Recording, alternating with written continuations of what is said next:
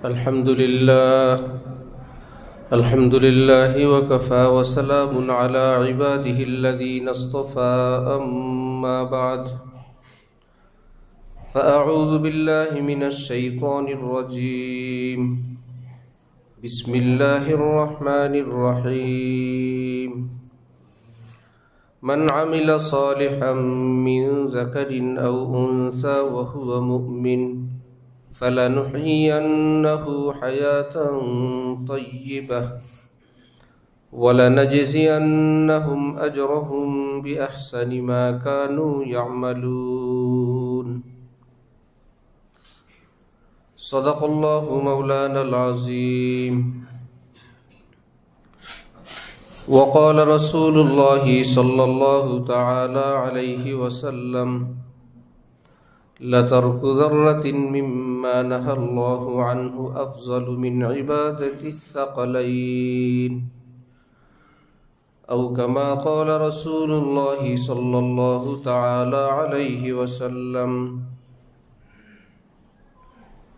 محترم মুসল্লিয়ান কিরাম, আমি আল্লাহ পাক রব্বুল আলামিনের পবিত্র কালামের অংশ বিশেষ তেলাওয়াত করলাম এবং হযরত রাসূল করিম সাল্লাল্লাহু আলাইহি ওয়াসাল্লামের একখানা হাদিস শরীফ পাঠ করলাম।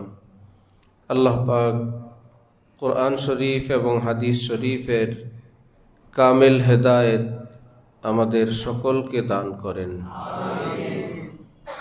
কোরআনে পাক হাদিসে পাকের সহি ইলম আমাদের সকলকে নসিব ফরমান। আমাদের জীবনের সমস্ত গুনাহ, আমাদের আপনজন প্রিয়জনের গুনাহ মাফ করে দেন। বাকি জীবন আল্লাহ পাকের রেজামন্দি সন্তুষ্ট নিয়ে বাঁচার তৌফিক দান করেন।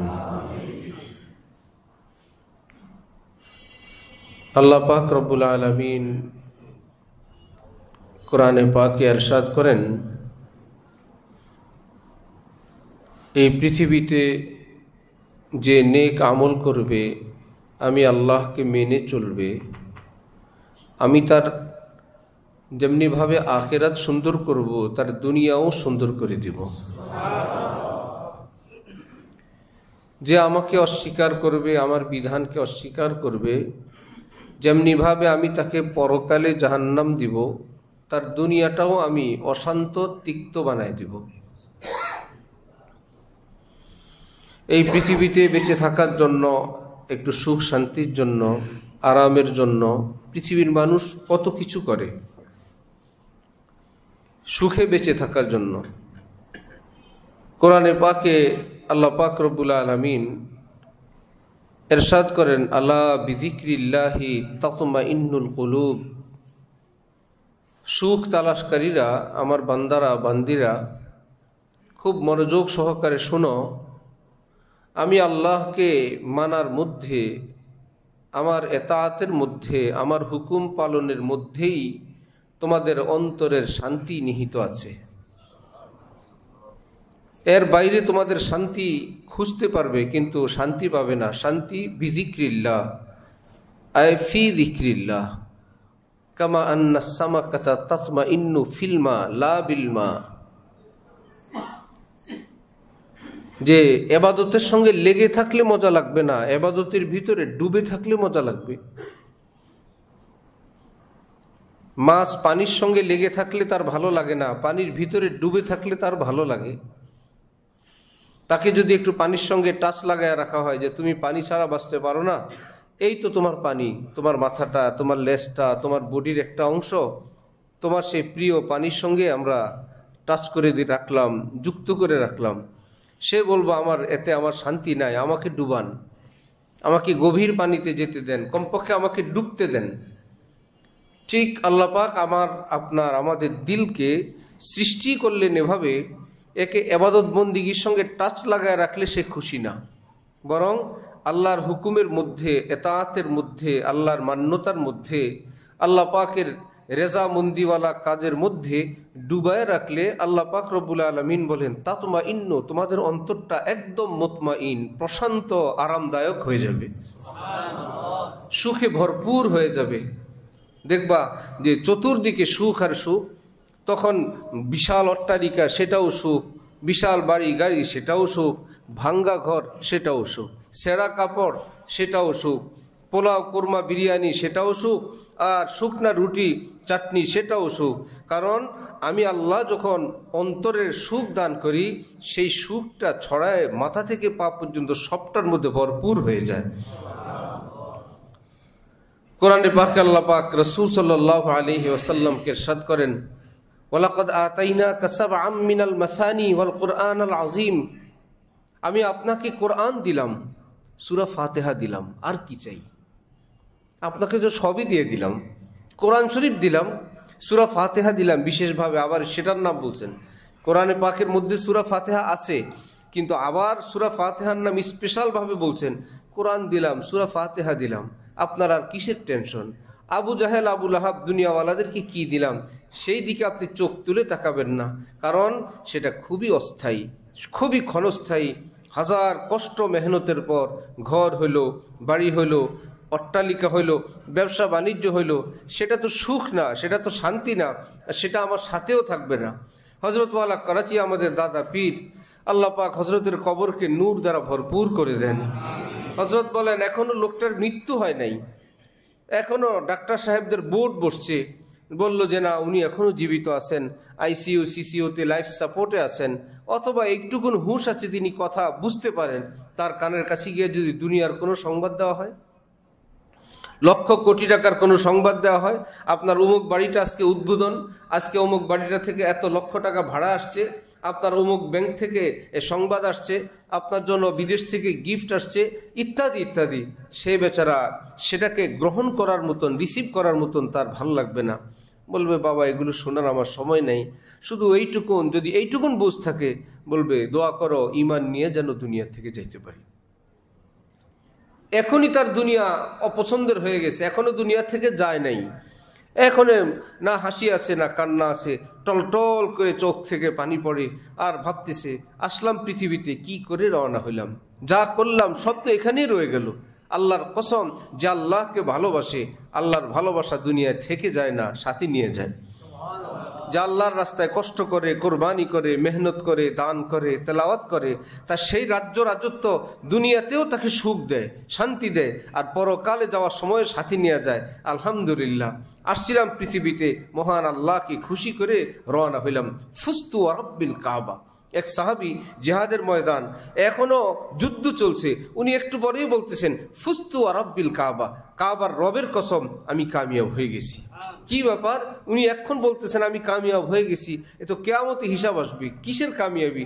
কিছুক্ষণ পরেই দেখা গেল এক কাফের এসে ওনার উপর হামলা করছেন, উনি শহীদ হয়ে গেছেন। ওই শাহাদাতের খুশবু শহীদ হওয়ার আগেই, আতর নাকের কাছে আনার আগেই যেরকম আতরের ঘ্রাণ আসে, ফুলের ঘ্রাণ আসে, শাহাদাতের খুশবু উনি পাইয়েই চিৎকার করতেছিলেন, আলহামদুলিল্লাহ কাজ হয়ে গেছে। ফুস্তু রাব্বিল কাবা, কাবার রবের কসম আমি একদম কামিয়াব হয়ে গেছি। দুনিয়াতে থাকতেই বান্দা বলে ফুস্তু রাব্বিল কাবা, কারণ কোরআনে পাকে আল্লাহ পাক বলেন ইন্নাল্লাযীনা ক্বালু রাব্বুনাল্লাহ সুম্মা ইসতাকামু, যারা বলে আমার রব তো আল্লাহ, তারপর এই কথার উপর অটল থাকে, অবিচল থাকে, স্থির থাকে সব জায়গায়, আমাদের রবকে আল্লাহ। তো রব মানি পালনকর্তা, রব মানি লালন পালনকারী, রব মানি যিনি ধীরে ধীরে সকলের সামনে আমাদেরকে লালন পালন করেন, কিন্তু কোনো মা বাবা বলতে পারবে না আমার ছেলে আজকে এত ইঞ্চি বড় হইল, আমার ছেলে আজকে এত সুতা বড় হইল।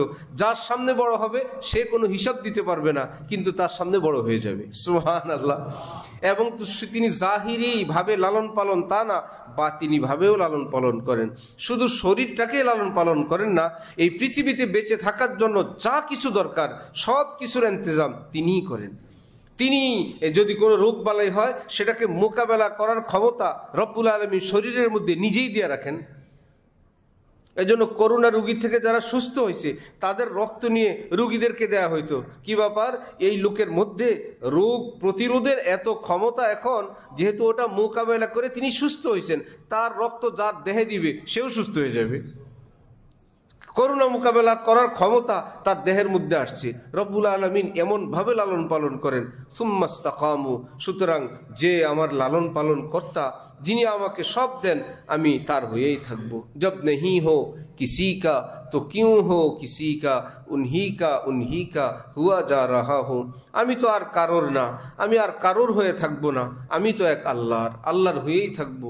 জব নেহি হো কিসি কা তো কিউ হো কিসি কা। কেউ যখন আমার পালনকর্তা নাই, তা আমার পালনকর্তা তো আল্লাহ, আমি আল্লাহর হয়েই থাকবো। উনহি কা হুয়া যা রাহা হুঁ, আমি কেবল আমার আল্লাহর হয়েই দিন কাটাবো, রাত কাটাবো, আমার আল্লাহর হয়েই খাবো, পরবো, চলবো, যা কিছু করি আল্লাহর হয়েই থাকবো।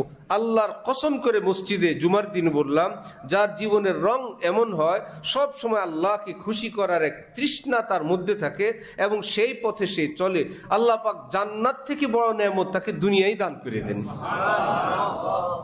জান্নাতের থেকে বড় নেয়ামত, কারণ জান্নাতের চেয়ে জান্নাতের বানানেওয়ালা আল্লাহ তিনি বড়।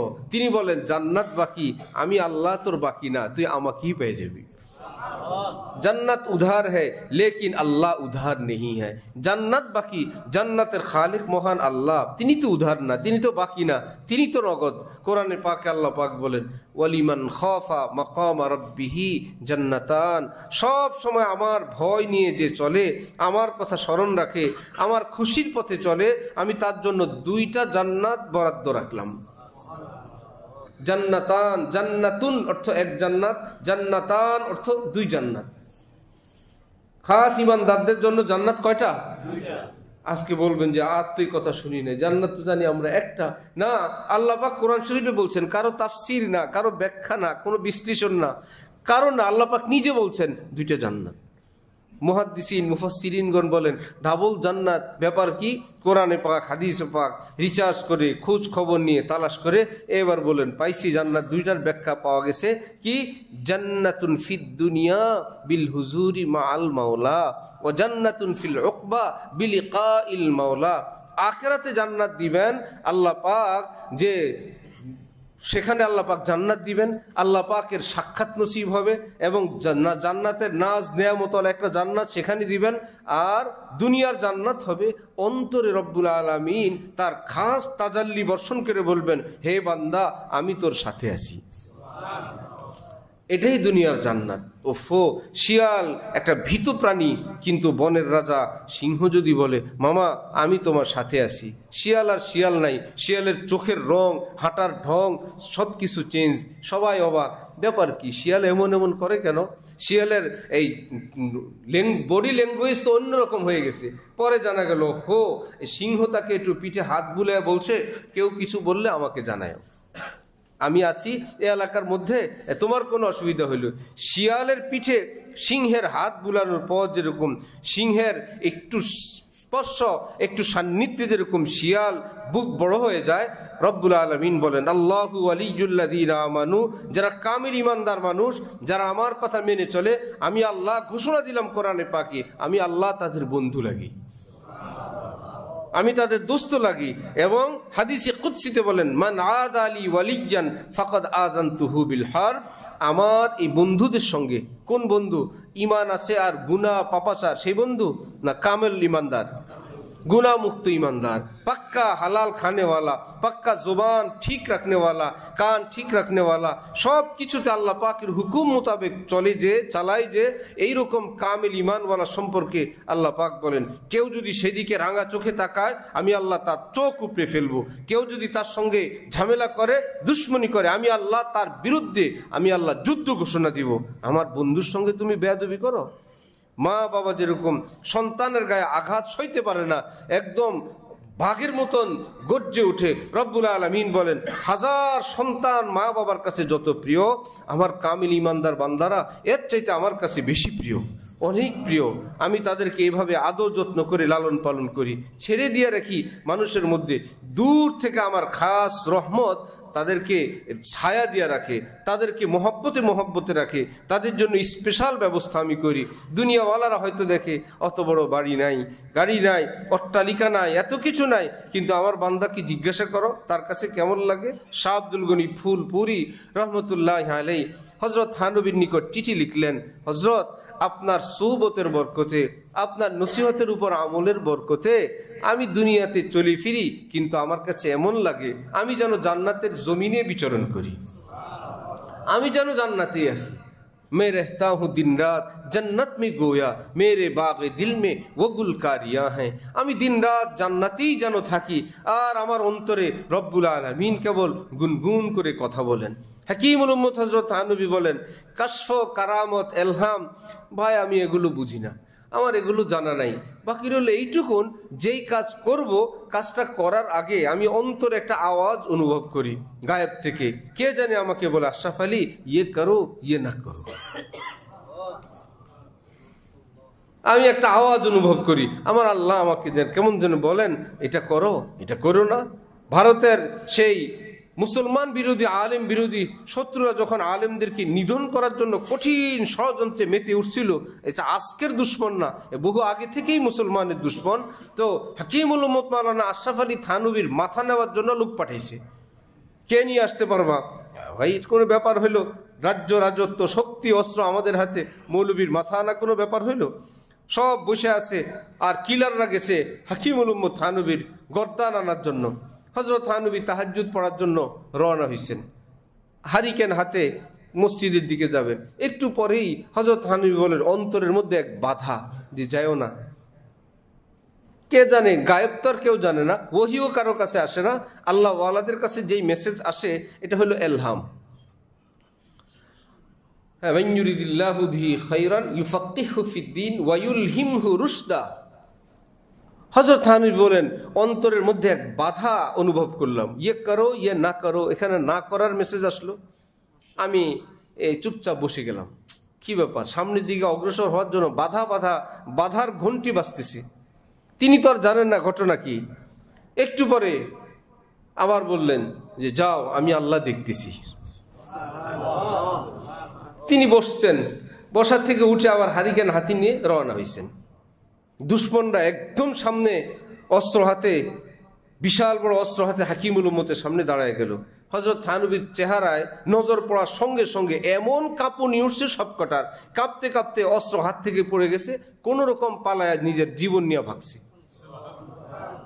সেখানে গিয়ে বলতেছে, আপনারা কার, সবাই ভাবছে মাথা নিয়ে আসবে, কার মাথা আনার জন্য পাঠাইলেন? তার চেহারায় নজর পড়ার সাথে সাথে হাত থেকে অস্ত্র পড়ে গেছে, কোন রকম জীবন নিয়ে আমরা এখানে উপস্থিত হয়েছি। হারকে তরসাদ আজহাকো তাকওয়া গুজিদ তরসাদ আজওয়াই জিন্ন ইনসো হারকে দিদ। প্রকৃতপক্ষে যে আল্লাহকে ভয় করে চলে, এই পৃথিবীর সবার অন্তরে আল্লাহ তার ভয় দান করে দিয়ে দেন। আল্লাহকে যে ভয় করে, এই জন্য বুজুর্গানি দ্বীন বলেন যে আমার ভাইয়েরা, নিজের ক্ষমতার জোর দিয়ে কিচ্ছু হবে না, এক কাজ করো, মহান আল্লাহর সঙ্গে সম্পর্ক করো।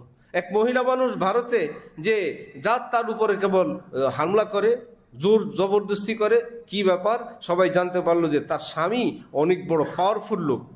ওই স্বামীর ক্ষমতায় সেও এখন পাওয়ার দেখায়। এখন একদিন স্বামী বাড়িতে নাই, সব মহিলার আশপাশের ঘিরে ধরছে, যা আমাদেরকে অনেক অত্যাচার করে, আজকে শায়েস্তা করব। সবাই মিলে যখন ঘিরে ধরছে, এক দৌড়ে সে, স্বামী কোথায় ছিল, এবার স্বামীর আড়ালি গিয়ে দাঁড়ায় বলল, সাহস থাকলে এবার আসো। এখন আর কে যাবে? স্বামীকে তো আগেও ভয় পায়, পরেও ভয় পায়। এক বুজুর্গ এই ঘটনাকে ব্যক্ত করে বলেন কি, সাই ভরসা জানকে পাপ কিয়া ভরমু। হিন্দিতে, সাই ভরসা জানকে পাপ কিয়া ভরমু জैसे নার কুক্রম করে আর ছুপে পিয়া কে উড়। যে স্বামীর ভরসা করে অনেক ভুল বিচ্যুতি করছে, আর সবাই যখন তাকে তাড়া দিল, গিয়ে এখন স্বামীর আড়ালে পাশে গিয়ে দাঁড়ায় এখন বলতেছে, আমি এখন আর দুর্বল না, হে আল্লাহ আপনি আছেন বলে আমরা তো অনেক ভুল বিচ্যুতি করে ফেলছি, এখন তো আযাব গজব বিপদ আমাদেরকে তাড়া দিচ্ছে, আমরা আল্লাহ আপনার ছায়ার তলে থাকতে চাই, যাতে পৃথিবীর কোনো আযাব গজব আমাদেরকে আর ধাওয়া দিতে না পারে। আল্লাহ আমরা আপনার রহমতের ছায়ায় থাকতে চাই। আল্লাহ পাক আমাদেরকে সেই রকম ঈমানওয়ালা হওয়ার তৌফিক দান করেন। আল্লামা ইকবাল বলেন, তায়রে লাহুতি উস রিজিক সে মৌত अच्छी जिस रिजिक से आती हो परवाज में कोताही। আমার মুমিন ভাই, তুমি তো প্রতিক্ষণে প্রতি মুহূর্তে আল্লাহর দিকে উড়ন্ত এক পাখি। কারণ আমার শায়েখ হযরতওয়ালা ঢালকানগর বলেন, পৃথিবীর কোনো সরকার নাই, তার কর্মকর্তাদেরকে এই মাসে মাসে সপ্তাহে সপ্তাহে প্রমোশন দিবে। কারণ এত স্তর উপরে নাই যে 60 বছর পর্যন্ত তাকে প্রমোশন দিতে থাকতেই পারবে। আর উপরে কোনো পদ অল্প কয়েকটা স্তর আছে, খুব ভেবে চিনতে মেপে দেয় 2-4 বছর পর, 5 বছর পর। কারণ দিতে দিতে কোন জায়গায় দিবে? প্রেসিডেন্ট প্রধানমন্ত্রীর উপরে উঠে দিবে, একটা জায়গায় গিয়ে তো শেষ করবে। এই জন্য খুব স্লো ভাবে দেয়। আর এত লোককে কি দিবে? খুব ধীরে ধীরে দেয়। হযরত আলা আমার শায়েখ বলেন, কিন্তু আল্লাহ দরবারে আল্লাহ প্রত্যেক মুমিনকে প্রতি মুহূর্তে প্রমোশন দিতেই থাকেন। একবার আল্লাহ বলল একটু প্রমোশন, সুবহান আল্লাহ বলল একটু প্রমোশন, জিকির করলো একটু প্রমোশন, 1 টাকা 10 টাকা দান করলো একটু প্রমোশন। একটু আগে ইমানের যে পজিশনে তিনি ছিলেন, একটু পরে আর সেই পজিশনে থাকেন না। কারণ একটু আগে ইমানের বয়স ছিল 10 বছর, এখন ইমানের বয়স 10 বছর 1 দিন। একটু পরে ইমানের বয়স বাড়তে থাকে। রব্বুল আলামিন শুধু ইমানটা বুকি নিয়ে আছে বান্দা, কোনো আমল নাই, ইমানের বয়সটা বাড়ছে না, রব্বুল আলামিন তাকে তারাক্কি দিতেই থাকেন।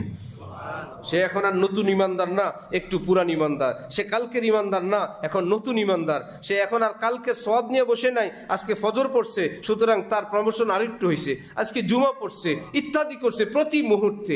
এই জন্য হাদিস শরীফে আছে রাসূলুল্লাহ সাল্লাল্লাহু আলাইহি ওয়াসাল্লাম এক এক মজলিসে বসলে তিনি কেবল পড়তেন আস্তাগফিরুল্লাহ আস্তাগফিরুল্লাহ আস্তাগফিরুল্লাহ। এক সাহাবী বলেন, আল্লাহ রে কতবার বলে আমি গুনাহ শুরু করলাম। দেখি এক মজলিসে এক বৈঠকে বলছেন 70 বার। এক জায়গায় বসছেন, আল্লাহ পাকের নিকট ক্ষমা চাইছেন কয়বার? আর একজনে বলেন, মিয়া তুমি কোন জায়গায় কোন মজলিসে গুনছো? আমি গুনলাম আরেক মজলিসে 100 বার।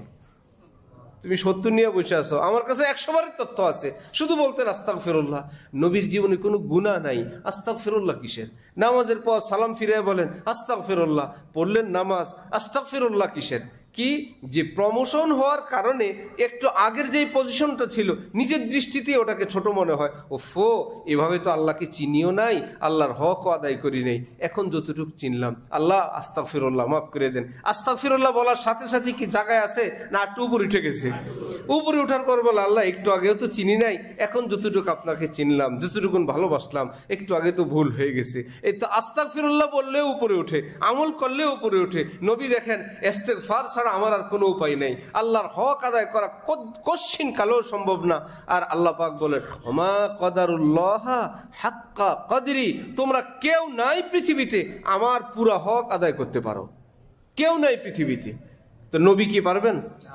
আল্লাহ তো অসীম, তার তো কোনো সীমা নাই। তো অসীমকে আমরা এই পৃথিবীর সসীম দিয়ে কিভাবে ঘেরাও করব, কিভাবে হক আদায় করব, এত কুল কিনারা নেই।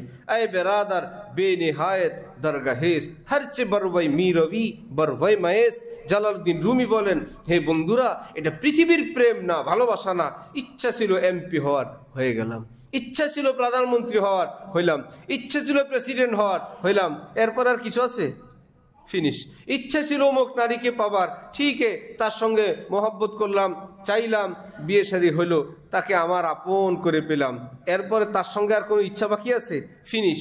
কাছে পাওয়ার ছিল, কাছে পেয়ে গেছি। বউ বানানোর দরকার, স্বামী বানানোর দরকার ছিল, সেটা বানানো হয়ে গেছে, ইন্তেহা। কিন্তু রব্বুল আলামিনের সঙ্গে প্রেম সাগরের এমন কোনো ঘটনা নাই যে ইচ্ছা ছিল এই করার, যা পেয়ে গেছি, আর কিছু বাকি নাই। বরং রুমি বলেন, হারচে বরওয়াই মিরবি, আল্লাহর প্রেম সাগরে ঝাঁপ দিয়ে যতটুকুন তুমি অগ্রসর হইলা, আনন্দ লাগছে, ভালো লাগছে, সামনে কিন্তু আনন্দ আরো বেশি। ছিল মসজিদের বাইরে, আসছে মসজিদে, আল্লাহ এত মজা, সুবহানাল্লাহ। ভুল করছি সারা জীবন, আসি নাই মসজিদে, অনেক ভালো তো ভাই, আসরেও আসবো। আল্লাহ আসরে আসছে, এখন দেখে ভীষণ ভালো লাগে। এখন বলে না, মাগরিবে আমি আরো 2-4 রাকাত নফল পড়বো। আল্লাহ নফল পড়ে দেখে এতে অনেক মজা। পরে বলে না, দেখি কতজন মুনাজাত দেয় লম্বা লম্বা, আমিও একটা মুনাজাত দিব। হাত পেতে বসে আছে, বলে আল্লাহ হে এতদিন কোথায় ছিলাম, এ তো আরো মজা।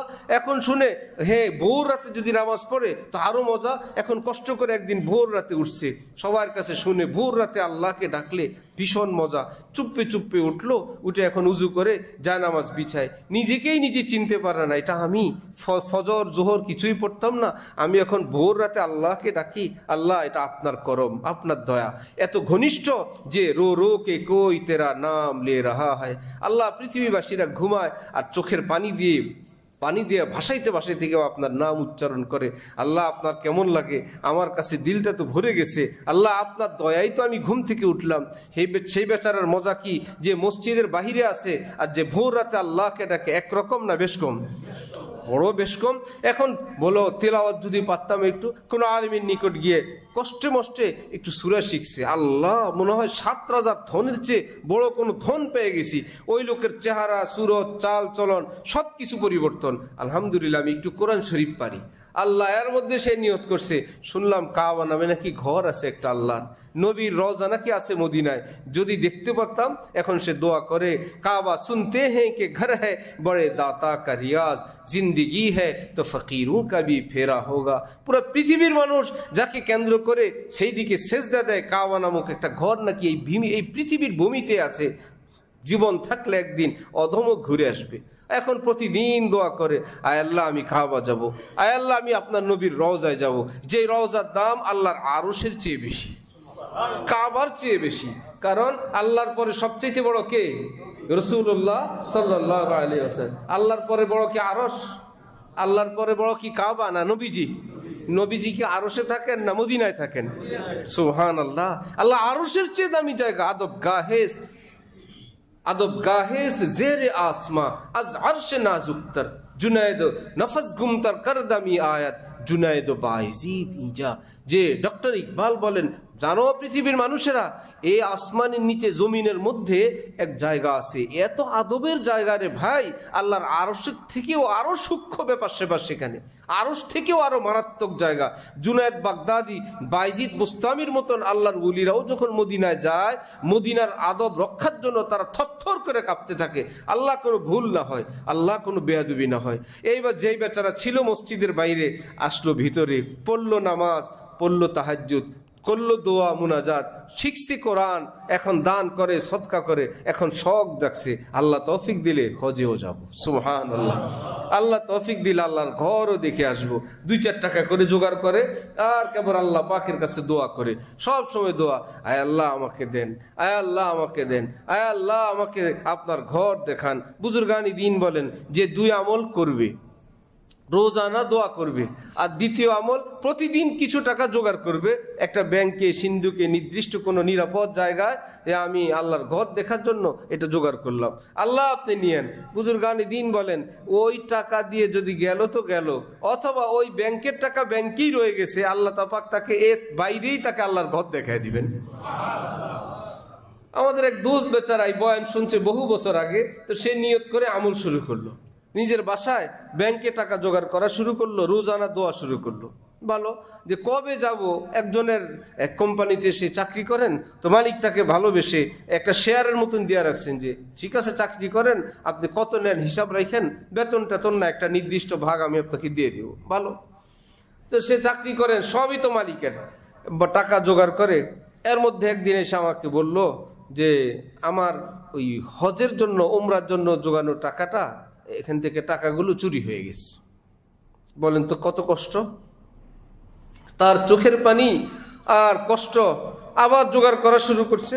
হঠাৎ একদিন ওই তার মালিক বলল যে আপনি পাসপোর্ট আছে না, পাসপোর্ট করেন। সেই বেচারা তো জানে না টাকা জোগাড় করার গল্প আর চুরির গল্প। আপনাকে হজে পাঠাবো ইনশাল্লাহ। এর মধ্যে আসলো করোনা, এখন তো হজ বন্ধ। করোনার পরে শুরুর দিকে খুললো উমরা, এখন বললো হজে যখন যাবেন যাবেন, আপাতত উমরা করে আসেন। শেষে উমরা করে আসলেন। উমরা করে আসার পর মালিক বলতেছে এখন তো হজ অ্যাভেলেবেল হয়েছে, পরের বছর ঠিক আছে এখন হজ করে আসেন। ব্যাংকের টাকা ব্যাংকে রয়ে গেল, আল্লাহর বান্দা হজও করে আসলো, উমরাও করে আসলো, আল্লাহর ঘরও দেখে আসছে, নবীজির রওজাও দেখে আসছে। আমার ভাই, ইন্নামাল আমালু বিন্নিয়াত, বান্দা যখন পাকা কোনো বিষয়ের নিয়ত করে, এর জন্য নিজের সাধ্য সামর্থ্য অনুযায়ী পাক্কাপাকি চেষ্টা শুরু করে, এইটুকুনি বান্দার কাজ, এরপরের টুকুন বান্দার কাজ না। আমার যা আছে ক্ষমতা আমি এইটুকুন। হযরত আবু বকর সিদ্দিক আল্লাহর রাস্তায় যা দিছিলেন হযরত ওমরের চেয়ে অনেক কম, কিন্তু হযরত আবু বকর এই কথা বলতে পারছেন, যা ছিল সব দিয়ে দিছি। বলতে পারেন নাই? আমার যা ছিল আমি সব দিয়ে দিছি, সংখ্যায় কিন্তু অল্প। হযরত ওমর অর্ধেক দিচ্ছেন, ওই অর্ধেক হযরত আবু বকরের পুরাটার চেয়ে অনেক বেশি, কিন্তু বলতে হবে কি অর্ধেক। হযরত আবু বকর দিলেন অল্প, কিন্তু এইটুকুন বললেন আমার যা ছিল আমি সব দিয়ে দিছি, আমার জন্য আল্লাহ এবং আল্লাহর রাসূল যথেষ্ট। এটাই বান্দার কাজ। আমার যতটুকুন সাধ্য সামর্থ্য ছিল আমি সবটা দিয়ে চেষ্টা করছি। রব্বুল আলামিন বলে তোমার ডিউটি কমপ্লিট, এবার আমার কাজ শুরু। এই জন্য বান্দাকে বলে কাসেব, আল্লাহকে বলে খালেক। বান্দা হইল উপার্জনকারী, আল্লাহ পাক হইলেন সৃষ্টিকারী। আমরা উপার্জন করব, আমরা আমাদের কাজ করব। গাছ লাগানো বান্দার কাজ, পানি দেওয়া বান্দার কাজ, বেড়া দেওয়া বান্দার কাজ, সার দেওয়া বান্দার কাজ, এর যাবতীয় যত্ন নেওয়া কার কাজ? বান্দার কাজ। গাছটাকে বড় করা, ফল দেওয়া আল্লাহ পাক বলেন তুমি তোমার টুকুন করো। এবার ভিতর থেকে পাতা বের করতে পারবো না বাবু, এটা আমার। ভিতর থেকে পাতা কেউ বের করতে পারবে? কয়টা পাতা বের হবে না। এটা ফুল, এটা তোমার কাজ না। এই গাছের ঢাল তৈরি করা তোমার কাজ না। সেখানে ফল, ফলের আগে ফুল দিব, ফুলের ভিতরে ফল দিব, সেটাতে রং দিব, সেটাতে মিষ্টি দিব, সবুজ দিব, তারপরে রং সুন্দর দিব, আবার আমি একটু ফ্লেভারও দিয়ে দিব। সুবহানাল্লাহ। হ্যাঁ, কোনদিন এক ফলের মধ্যে আরেক ফলের ফ্লেভার আসে না। যে আল্লাহ আম তো কাঁঠালের মতো লাগছিল, যে না, রব্বুল আলামিন বলেন কোন জায়গায় কোন ঘ্রাণ দিব আমার কাছে নির্ধারিত আছে, কাকে কি বডি দিব এটা আমার নির্ধারিত আছে। তুমি শুধু তোমার টুকুন করো, আমি আমারটা করব। ইবতিদা করনা হ্যায় মুশকিল, ইন্তেহা মুশকিল নেহি, কাম কো খুদ কাম পৌঁছা দেতা হ্যায় আঞ্জাম তক। কাজ যখন শুরু করে আমার ভাই, এই কাজ মানুষকে ধীরে ধীরে অগ্রসর করতে থাকে, একটার পর একটা তাকে আগাইতেই থাকে। কাম কো খুদ কাম পৌঁছা দেতা হ্যায় আঞ্জাম তক। ইবতিদা করনা হ্যায় মুশকিল, ইন্তেহা মুশকিল নেহি। কাজ শুরু করাটা কষ্ট, শেষ করা কষ্ট না। কারণ শুরু করাটা আমাদের কাজ, এটাকে শেষ করা কার কাজ? আল্লাহর কাজ। গাছে ফল দিবে এই আশাই তো আমাদের শেষ চাওয়া, সে ফল দেওয়াটাকে আমাদের কাজ না আল্লাহর কাজ? কষ্ট হইল আমাদের জন্য শুরু করাটা। কাম কো খুদ কাম পৌঁছা দেতা হয় আঞ্জাম তক। ইবতিদা করনা হয় মুশকিল, ইন্তেহা মুশকিল নেই। যে কাজ শুরু করাটা কষ্টের, কিন্তু শেষ করাটা কষ্টের না, চূড়ান্ত পর্যায়ে নিয়ে যাওয়াটা কষ্টের না, কারণ সেটা তো মহান আল্লাহর। এই জন্য আমার ভাই, আমি আমার কাজ করব, আমরা আমাদের কাজ করব, আল্লাহ আল্লাহর কাজ করবেন। আল্লাহ পাক বলেন ইন তানসুরুল্লাহ ইয়ানসুরকুম। যদি তোমরা আমাকে হেল্প করো, সহযোগিতা করে, আমি তোমাদের সহযোগিতা করব। আল্লাহ আপনার আবার সহযোগিতা লাগে। কোরআন শরীফে সরাসরি ইন তানসুরুল্লাহ, যদি তোমরা আমার সাহায্য করো আমি তোমাদের সাহায্য করব। আল্লাহ কি কোনো সাহায্যের মুহতাজ? কারো কোনো ধরনের হেল্প সহযোগিতা কি আল্লাহ পাকের লাগে? এইবার তাফসীর ওয়ালারা বলে আরে আল্লাহ পাক বললেন এর কি এমন ভাবে যাতে তুমি মনে করো এই কাজটা তো করা দরকার, এটা করলে আল্লাহ পাক মনে করবেন আমি আল্লাহকে নুসরত করলাম। আল্লাহরে কি নুসরত করব? খোঁজ নিয়ে জানা গেছে আমাদের নিজের নুসরতের নাম আল্লাহ, আল্লাহ নুসরত রাখছেন। নুসরত কি আল্লাহ না নিজের? মা বাবা কি বলে এটা খাইলে বা খুশি হব, মা খুশি হবে, খাইলাম আমি, খুশি হবে মা। এই মা যেরকম নিজের নাম দেন আমার আপনার কল্যাণকে, আমার আপনার পেট ভরাকে, আমার আপনার সুস্বাস্থ্যকে, মা সেটাকে নিজের মনে করে নেন যে তুমি খাওয়া মানে আমি খাওয়া, তোমার সুখ আমার সুখ। ঠিক রব্বুল আলামিন বলেন তোমার নিজের উপকার মানে আমার উপকার, এটা তুমি আমার উপকার করলা, যাতে করে এই উপকারটা বড় হয়ে যায়। বান্দা তখন মনে করবে শুধু ব্যাপারটা আমার না, আমি আমারটা করব কি করব না আমার ব্যাপার। আল্লাহ পাক বললেন না, এটা আমারও ব্যাপার। এখন তো আর নিজের হাতে নাই, এত আর বর্জন করা যায় না। আল্লাহ পাক নিজের নাম দিছেন। যে মা ছোট্ট ভাইকে, এক ভাই আরেক ভাইকে যখন টাকা দেয় না, মা কি বলে তখন? আমাকে দাও। দেখেন না এরকম এক ভাই আরেক ভাইকে যখন দেয় না, শেষে মা মধ্যখান থেকে মিডিয়া হয়ে কি বলে আচ্ছা আমাকে দাও। এখন বাচ্চা লজ্জা পায় যে মাকে কিভাবে না দেই, মা নিয়ে ভাইয়াকে দিয়ে দিল। যে তোমার ভাইয়াকে বললে তুমি দিবা না, না ভাইয়াকে দিব না, আব্বুকে দিব না।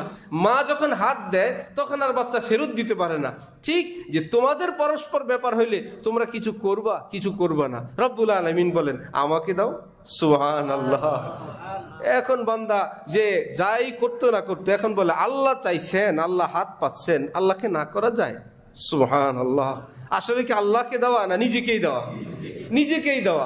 রব্বুল আলামিন বলেন ইয়ানসুরকুম, যদি তোমরা বন্দিগি করো, আমার পথে হাঁটো, আমাকে সেজদা করো, উজু করো, দান করো, আমার জন্য হারাম বর্জন করে দিলে, ধোঁকা বর্জন, মিথ্যা বর্জন, কাউকে ঠক দেওয়া বর্জন করলাম, ইয়ানসুরকুম, আমি কোরআন শরীফে নাজির করলাম, দুনিয়াতে আখিরাতে আমি আল্লাহ তোমাকে নুসরত করব, আমি আল্লাহ তোমাকে সহযোগিতা করব।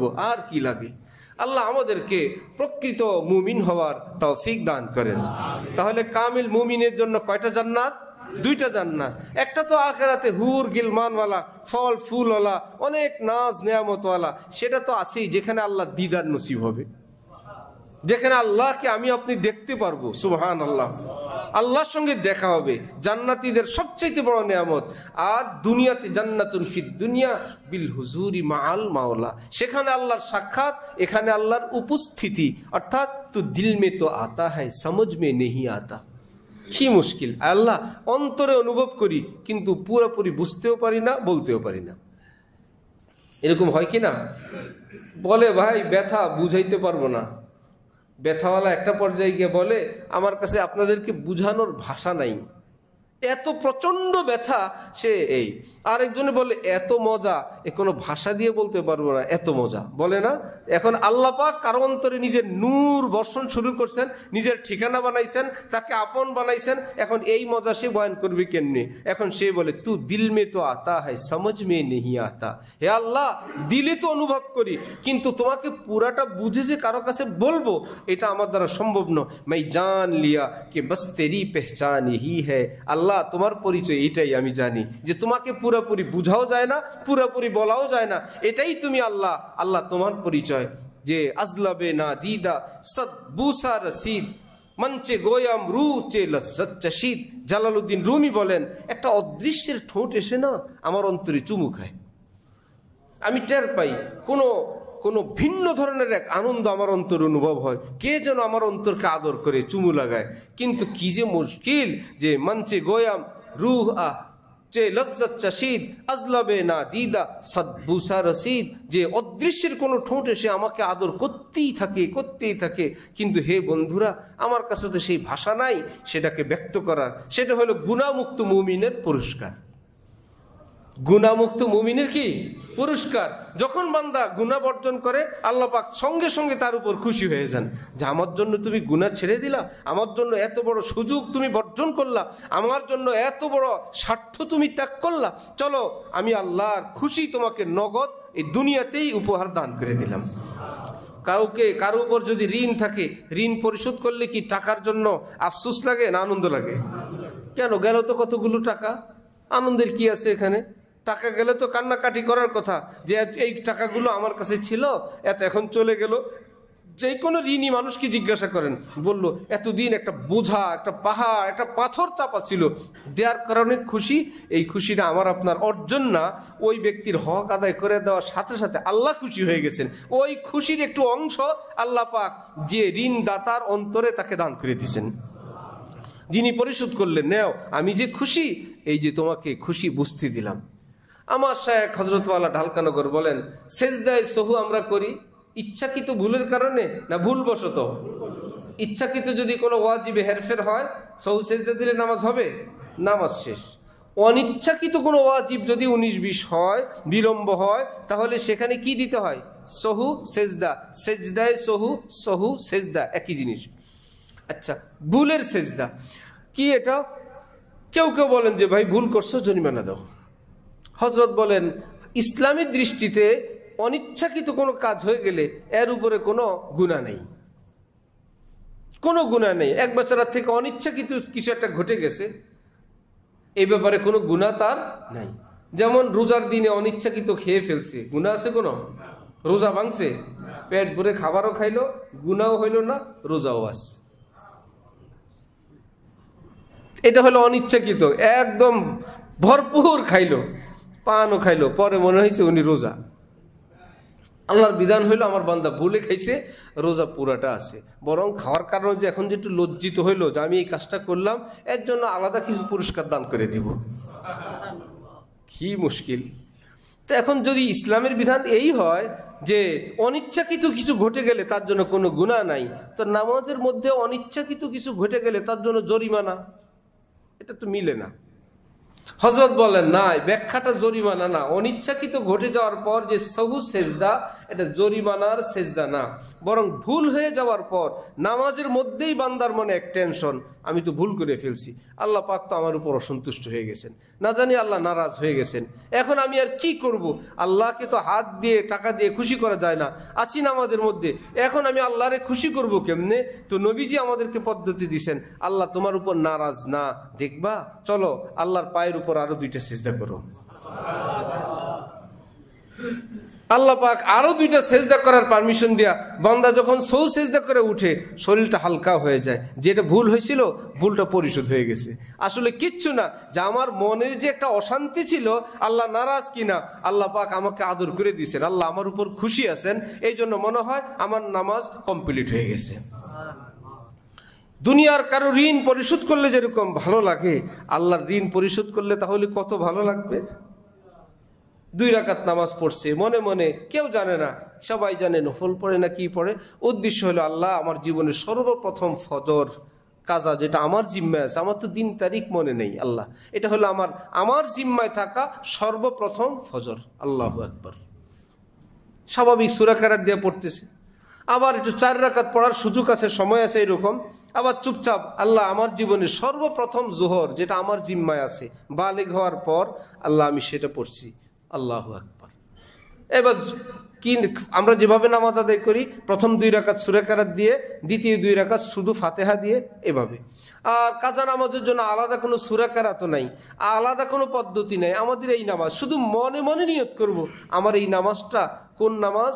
সর্বপ্রথম কাজা নামাজ, যে কোনো এক সাইড দিয়ে শুরু করতে হয়, অথবা সর্বশেষ কাজা নামাজ যেটা আমার সর্বশেষ ফজর কাজা হয়েছিল সেই ফজর, আল্লাহু আকবার। মুখে বলতে হবে না, মনে মনে সর্বশেষ যে জোহর কাজা হয়েছিল, তার মানে যে কোনো এক দিক থেকে শুরু করবেন, সর্বপ্রথম দিক থেকে অথবা সর্বশেষ। একটু সময় আছে, এই একদিন একটু কাজা নামাজ পড়ে দেখেন তো, দুনিয়ার ঋণ পরিশোধ করলে ভালো লাগে, আল্লাহর ঋণ পরিশোধ করলে কত ভালো লাগে। এই জন্য আমার ভাইয়েরা, মুমিন এই সবটা জাগতিক এবং বাহ্যিক জগৎ নিয়ে চলা, এটা মুমিনের বৈশিষ্ট্য না।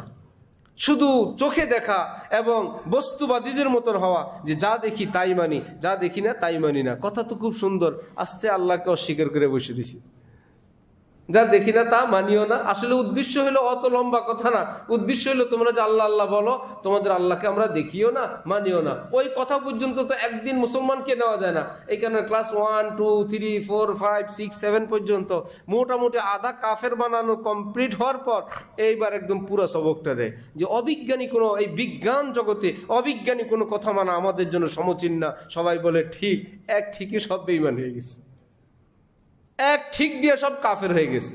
অবিজ্ঞানী কথায় কান দেওয়া যায় না। আমরা কি বিজ্ঞানের বান্দা না আল্লাহর বান্দা? আরে ভাই, বিজ্ঞান তুমি বিজ্ঞানী জায়গায় থাকো, আল্লাহর স্থানে তুমি যেও না।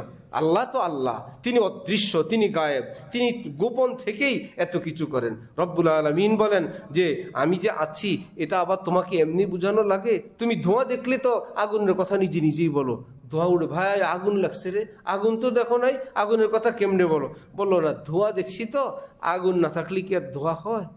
হযরত ইমাম আজম আবু হানিফা নাস্তিকদের সঙ্গে বহস করবেন, সময় মতন যান নাই, একটু পরে গেছেন। সবাই বলল যে কি বহস করবো, ওয়াদা ঠিক নেই, আসার কথা কখন, আসে কখন? উনি বললেন, ভাই আসবো কেমনে, আমি নদী পার হওয়ার জন্য এসে দেখি কোনো নৌকা খেয়া কিচ্ছু নেই, অনেকক্ষণ দাঁড়ায় আছি। তারপর আসলেন কিভাবে? বললাম, দেখলাম হঠাৎ একটা গাছ আসছে, কোত্থেকে একটা গাছের টুকরা আসলো, একটু পরে দেখলাম গাছটা টুকরা টুকরা পিস পিস হয়ে যেতেছে।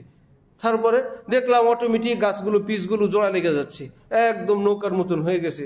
তারপরে আমি তো অবাক, ওই নৌকার মধ্যে আমি বসলাম, নৌকা কোনো মাঝি নাই, কোনো লোক নাই, নৌকা আমাকে এই পাড়ে নিয়ে আসছে। এখন ওই বিজ্ঞানীরা বলে, শুনছেন, অসম্ভব কথা, এটা নিজে নিজে গাছ কারো কাছে আসে, নিজে নিজে গাছ টুকরা হয়, নিজে নিজে নৌকা হয়ে যায়, আর নিজে নিজে এখানে আসে, এগুলো মানুষ ছাড়া হয় না। ইমাম আবু হানিফা বলেন, বহস তো এটা নিয়েই, নিজে নিজে কিছু হয় না, ছোট্ট একটা নৌকা নিজে নিজে হয় না, আসমানটা নিজে নিজে হয়ে গেছে না, সুবহানাল্লাহ। এই জমিন নিজে নিজে হয়ে গেছে, গাছ নিজে নিজে হয়, নৌকা নিজে নিজে হয় না। হ্যাঁ, অমুক ভবন নিজে নিজে হয় নাই, অমুক ঘরের রং নিজে নিজে দেওয়া হয় নাই, ফার্নিচার নিজে নিজে আসে নাই, ব্যবসা নিজে নিজে অফিস খোলে না, কেউ না কেউ খুলতে হয়, কেউ না কেউ আড়াল থেকে হোক, কম্পিউটার দিয়ে হোক, রিমোট দিয়ে হোক, কোনো না কোনো জায়গা থেকে দূর থেকে কন্ট্রোল করে। ছোট্ট বাচ্চার খেলনা নিজে নিজে খেলে, মুরব্বীরা বলে নিজে নিজে খেলে না, ওই যে বাচ্চা ঘরে বসে বসে এটাকে রিমোট দিয়ে চালায়, তাকে দেখা যায় না। এই রিমোট দিয়ে যেরকম যে চালায় তাকে দেখা যায় না। এখন তো ড্রোন এবং কত কিছু নামছে। এই যদি বুঝো, রব্বুল আলামিন বলেন এই পৃথিবীর চাঁদ উঠে আর ডুবে নিজে নিজে না, রিমোট আমি আল্লাহর হাতে। নাস্তিকরা যেটা নিয়ে ওনাকে বলবেন এক নৌকা দিয়ে বুঝিয়ে দিছে, আহা, নৌকা নিজে নিজে হয় না, পুরো পৃথিবীর সব কিছুই নিজে নিজে হয় না, আমার আল্লাহ গোপনে থেকে করেন। আবার আল্লাহ বলেন, শোনো, এই যে ফুল যে এত সুন্দর, আমার হাতের পরশে সুন্দর, চাঁদ যে এত সুন্দর, আমার হাতের পরশে চাঁদ সুন্দর। আই কামার ই আই দিল ই কামার খুস্তার ইয়া আঁকে কামর সাজাদ। এক বুজুর্গ বলেন, হে অন্তর, সত্যি করে বলো তো, চাঁদ বেশি সুন্দর না চাঁদের বানানেওয়ালা আল্লাহ বেশি সুন্দর? আই দিল ই শাকার খুস্তার ইয়া আঁকে শাকার সাজাদ। হে অন্তর, সত্যি সত্যি বলো তো, ইক্ষু বেশি মিষ্টি না যার হাতের পরশে আখ এবং ইক্ষুর ভিতরে রস আসে, মিঠা আসে, সে আল্লাহর নাম বেশি মিষ্টি? ফুল বেশি সুন্দর না ফুলের বানানেওয়ালা বেশি সুন্দর? সুবহানাল্লাহ। আমার ভাই, তিনি থাকেন আড়ালে, আমাদের কাজ তার উপর ঈমান রাখা, ইয়াকিন রাখা, বিশ্বাস রাখা। রব্বুল মাশরিকি ওয়াল মাগরিব, তিনি বলেন মাশরিক থেকে মাগরিব, পূর্ব থেকে পশ্চিম, সবটার প্রতিপালক আমি। লা ইলাহা ইল্লাহু, কেউ নাই আমি ছাড়া। ফাত্তাখিযহু ওয়াকিলা, সেই মহান মালিক আল্লাহকে তুমি তোমার কাজের উকিল বানাইবা। ফাত্তাখিযহু ওয়াকিলা, ওয়াকিল আছে না, উকিল আরবি শব্দ, কোরআন শরীফের শব্দ। ফাত্তাখিযহু ওয়াকিলা, আল্লাহর উকিল বানাইবা? তুমি হবা উকিল নিয়োগকারী, আমি হব তোমার উকিল, তোমার পক্ষে আমি আল্লাহ কাজ করব, আর আমি হলাম পৃথিবীর মালিক। আল্লাহ আমাদেরকে নি'মাল মাওলা ওয়া নি'মান নাসির। আল্লাহ পাক বলেন, তোদের আল্লাহ কত ভালো আল্লাহ, কত সাহায্যকারী আল্লাহ। আল্লাহ আমাদেরকে কামেল মুমিন হওয়ার তৌফিক দান করেন। আমার ভাই, পৃথিবীতে আসছি, আবার পৃথিবীর থেকে যাব। এখানে মধ্যখানে কয়েক রকমে আমরা থাকব। একজনের জামা আছে 20টা, গায়ে দেয় কয়টা? আপনারা মনে হয় ডাবল ডাবল গায়ে দেন কেউ। যার 20টা জামা আছে, কয়টা গায়ে দেয়? 10 জোড়া জুতা আছে, পরে কয়টা? 1000 কোটি টাকার মালিক আছে, খায় কয় বেলা? নির্দিষ্ট বেলা। সকালে নাস্তা খায় কয়বার? আগে খাইতো রুটি 2টা, এখন 20টা। 20টা যখন খাইতো, এর চাইতে টাকা বাড়ছে 100 গুণ, এখন 150 রুটি খায়। খাওয়া বাড়ে না আরো কমে? আরো কমে। কি লাভ হলো? জামা একটাই গায়ে দেই। কেউ কি জিজ্ঞাসা করে জমা আছে কয়টা? কেউ কি জিজ্ঞাসা করে স্যান্ডেল কয় জোড়া আছে? কেউ কি জিজ্ঞাসা করে যে আপনার 10টা বাড়ি, এক রাইতে 10 বাড়িতে থাকেন? হ্যাঁ, 1 ঘন্টা ঘুরে থাকি। আছে কেউ? যে কোনো এক জায়গায় পড়ে থাকি, ঘুম আসে, কই বাড়ির জায়গায় বাড়ি, আমি ভোগ করতে পারি কতটুকুন? বিশাল বাড়ি, সেটা তো আমি থাকি না। ঢুকি যাই একটা ফ্লোরে, একটা ফ্লোরে একটা ফ্ল্যাটে, একটা ফ্ল্যাটের একটা রুমে। ওহো, এইটুকুন আমার ভোগের। বিল্ডিং এর জায়গা আছে, আমি কি করি? জামা আলমারিতে আছে, তা আমার কি? স্যান্ডেল তার রেখে আছে, আমার কি? বাদ খাজানা আছে, আমার কি? টাকা ব্যাংকে আছে, আমার কি? আমি যেই লোকমা খেতে পারি এইটাই আমার, যেটা গায়ে দিতে পারি সেটাই আমার, যেই রুমটায় আমি থাকি সেটাই আমার। সুতরাং এই ক্ষেত্রে আমরা সবাই কাছাকাছি। কি বলেন? সবাই কাছাকাছি না? একটা করে জামা সবার গায়ে আছে না? কারো জমা আছে আর একটা বাসায় আছে, আর কারো 50টা 100টা আছে, কিন্তু এখন গায়ে কয়টা? জুমার পরে খাবেন যে, এরকম কি আছে যে 20 গুণ বেশি খায় আর আরেকজন 20 গুণ কম খায়? যা খাবেন 1 প্লেট 1.5 প্লেট 2 প্লেটের মধ্যে মোটামুটি ক্লিয়ার। এই ক্ষেত্রে আমরা সবাই মসজিদের জুতো 1 জোড়া পরে আসছি, স্যান্ডেল বের হবো কয় জোড়া নিয়ে? 1 জোড়া নিয়ে। ওফো, তো কাছাকাছি, তো সব কাছাকাছি। তো ভোগ বিলাসের গল্প। এই জন্য এক বুজুর্গ বলছেন, জীবন কাউকে কষ্ট দেয় না, জীবন যাপনে কাউকে কষ্ট দেয় না, কষ্ট দেয় ভোগ বিলাসিতায়। যেটা দিয়ে জীবন যাপন করতে হয় এইটুকুন নিয়ে কোনো অস্থিরতা নেই। যেটা নিয়ে আমরা অস্থির সেটা আসলে জীবন যাপন না, সেটা হলো ভোগ বিলাসী। 1 মুঠ খাওয়া দরকার, হয়ে গেল। একটা পড়া দরকার, হয়ে গেল। একটু এক জায়গায় থাকা দরকার, এটা হয়েই গেল। যখন মনে হবে আমার এমন বাড়িতে থাকা দরকার, ভিতরে বাইরে মারবে, তখন তো এটা আপনাকে কষ্ট দিবেই। সেটাতে না কষ্ট দেয়। এক জায়গায় থাকা হয়ে গেল, কোনো রকম একটু উঁচু জায়গা হইলে মাথা রাখতে পারি, হয়ে গেল না। ইন্দোনেশিয়া, মালয়েশিয়ার থেকে, থাইল্যান্ড, আমেরিকার থেকে আমার জন্য একদম মেডিকেল বালিশ লাগবে। এবার মেডিকেল বালিশের অর্ডার দেও, আসবে, তারপরে শান্তি। এর আগ পর্যন্ত বালিশের অশান্তিতে ঘুমাসে না। আরেক বেচারা বাড়ি উদ্বোধনের দাওয়াত দিছে আমাকে, এখন শুধু দাওয়াত পিছায়। আপনাদের পরিচিত মানুষ, কি ব্যাপার? বলল চায়না থেকে সিঁড়ির রেলিং অর্ডার দিছি, এখন সিঁড়ির রেলিং আসে না। আসার কথা চট্টগ্রাম পোর্টে, চলে গেছে মোংলায়। তারপরে এখন চট্টগ্রাম থেকে মোংলায় যাও, মোংলা থেকে এই করো সেই করো, বলে এখন আসতেছে না। এই জন্য আমার দাওয়াত পিছাইতে বহুত পরে গেছে দাওয়াত। এই বেচারা অশান্তিতে আছে কিসের? সিঁড়ির রেলিংয়ের। যার সিঁড়িও নাই, রেলিংও নাই, অশান্তি আছে, মাথাও নাই, ব্যথাও নাই। এই জন্য আমার ভাইয়েরা, ভোগ বিলাসিতাই কষ্ট দেয়, স্বাভাবিক জীবন যাপনে কষ্ট দেয় না। এটাকে এক বুজুর্গ বলেন, হাম এসে রহে ইয়া কে ওয়াইসে রহে, ওহা দেখনা হয় কে কেসে রহে। আমার ভাইয়েরা, যেভাবেই থাকি এটা বিষয় না, দেখার বিষয় হলো কবরে কিভাবে থাকবো। হায়াতে দু রোজা কা ক্যা আয়শগম, এই জীবনের অল্প কয়েকদিনের হায়াত, এ নিয়ে এত টেনশন কিসের? হায়াতে দু রোজা কা ক্যা আয়শগম, 2 দিনের হায়াত নিয়ে এত টেনশন, এত মাথা ব্যথা কিসের? হ্যাঁ, মুসাফির রহে জৈসে তৈসে রহে। কোনো পথিক, কোনো পথ গমনকারী এক বেচারা থামলে সেখানে অল্প কিছুক্ষণের জন্য আছি, ভাই ডাক পড়লে গাড়িতে ডাক দিবে, বিমানে ডাক দিবে, আসেন আমি উঠে যাব, এখানে আর এত টেনশন কিসের? ছিলাম জান্নাতে, আবার যাব কোথায়? জান্নাতে। মধ্যখানে দুনিয়া নামক একটা ট্রানজিটে আছি। ছিলাম আমরা জান্নাতে, কোথায় ছিলাম? আবার যাবো ইনশাল্লাহ কোথায়? মধ্যখানে আসি কিসে? ট্রানজিটে। সুতরাং কোন রকম ভাই স্টেশন কি চাই, জেসি বি হোক, স্টেশনে চা খাইতে গিয়া কেউ 5 স্টার হোটেল তালাশ করে, আর ভাই ট্রেন আসবে, ভাই ট্রেন ছাড়বে, দিয়ে আমার চায়ের টক উঠছে, একটু গরম পানি দিলেও চলবে। অত স্পেশাল করে না কোনো রকম। যেই লোক খায় স্পেশাল চা, সে এখন স্টেশনের মধ্যে বলে কি, ভাই কোনো রকম একটু টি ব্যাগ দিয়ে আমার দে, মাল মশলা লাগবে না। এক আত্মীয় মহিলা আমাদের ফ্যামিলিতে খবর আসছে, নিজে ধনী, বাবা গরিব। বাপের বাড়িতে আসলে কখনো চিনি থাকে না, কখনো চা পাতা থাকে না, শেষে বনে করে বলে, আল্লাহ রাস্তা আমার একটু গরম পানি করে দে। জিব্বার মধ্যে যদি একটু গরম পানিও দেই, তবু আমার বুকটা ঠান্ডা হবে। চা খাওয়ার এমন অভ্যাস, নিয়মিত চা পায় না বাপের বাড়িতে আসলে, বলে আমার কিচ্ছু লাগবে না, যদি পারো চা পাতা চিনি দে, না হলে একটু গরম পানি হইলেও হয়ে যায়। আচ্ছা, চায়ের পরিবর্তে গরম পানি, এটা হলো সেই স্টেশন। আল্লাহ আমাদেরকে হারাম দুনিয়া থেকে দূরে থাকা তৌফিক দান করেন। আল্লাহর জন্য আমাদের ঈমানকে কামেল বানানোর চেষ্টা, ফিকির করার তৌফিক দান করেন। ইনশাআল্লাহ দুনিয়াও জান্নাত, আখিরাতেও জান্নাত। ওয়া আখিরু দাওয়ানা আনিল হামদুলিল্লাহি রাব্বিল আলামিন।